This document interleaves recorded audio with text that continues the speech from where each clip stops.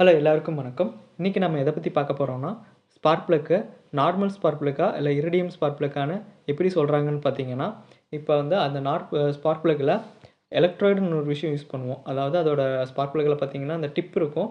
அந்த எலக்ட்ராய்டுன்னு சொல்கிற அந்த டிப்பை வந்து பார்த்தீங்கன்னா நிக்கல் அலாய்ங்கிற பேஸ்டான மெட்டீரியலை யூஸ் பண்ணியிருந்தால் அது வந்து காமனான ஸ்பார்க் ப்ளக்ஸ். நம்ம பெரும்பாலும் யூஸ் பண்ணுற ஸ்பார்க் ப்ளக்ஸ் இந்த நிக்கல் அலாய்ங்கிற பேஸ்டான அந்த எலக்ட்ராய்டில் யூஸ் பண்ணுறதுனால வந்து பார்த்தீங்கன்னா இந்த நார்மல் ஸ்பார்க் ப்ளக்னு சொல்லுவாங்க. அதே இரிடியம் எலக்ட்ராய்டில் யூஸ் பண்ணியிருப்பாங்க, அந்த டிப்பில் யூஸ் பண்ணியிருக்காங்க அப்படின்னா இது வந்து இரிடியம் ஸ்பார்க் ப்ளக் அப்படின்னு சொல்லுவாங்க. ஸோ இதுதான் அந்த நார்மல் ஸ்பார்க் ப்ளக்கும் இரிடியம் ஸ்பார்க் ப்ளக்குங்கிற டிஃப்ரெண்ட்டு. இதில் என்ன இதுன்னா இரிடியம் வந்து ப்ரைஸ் வந்து அதிகம், ரெண்டாவது ஒரு ஹை எஃபிஷியன்சியாக இருக்கும், அப்படிங்கிற ஒரு விஷயக்காக தான். அது மட்டும் இல்லாமல் இது வந்துட்டு ஹீட் ரெசிஸ்டண்ட்டு கூட. இந்த iridium spark plug life time வந்து அதிகம் நார்மல் ஸ்பார்க் ப்ளக்கை விட.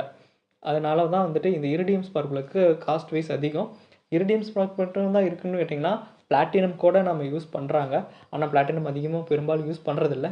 இரிடியம் ஸ்பார்க் ப்ளக்கும் இந்த நார்மலான நிக்கல் அலாய் ஸ்பார்க் ப்ளக்கும் தான். இந்த நிக்கல் அலாய் ஸ்பார்க் ப்ளக் பார்த்திங்கன்னா நிக்கல் ப்ளஸ் டங்ஸ்டன் அப்புறம் சில மெட்டீரியல்ஸ் கலந்து அலாயாக உருவாக்கினது தான் இந்த நிக்கல் அலாய் ஸ்பார்க் ப்ளக்கு.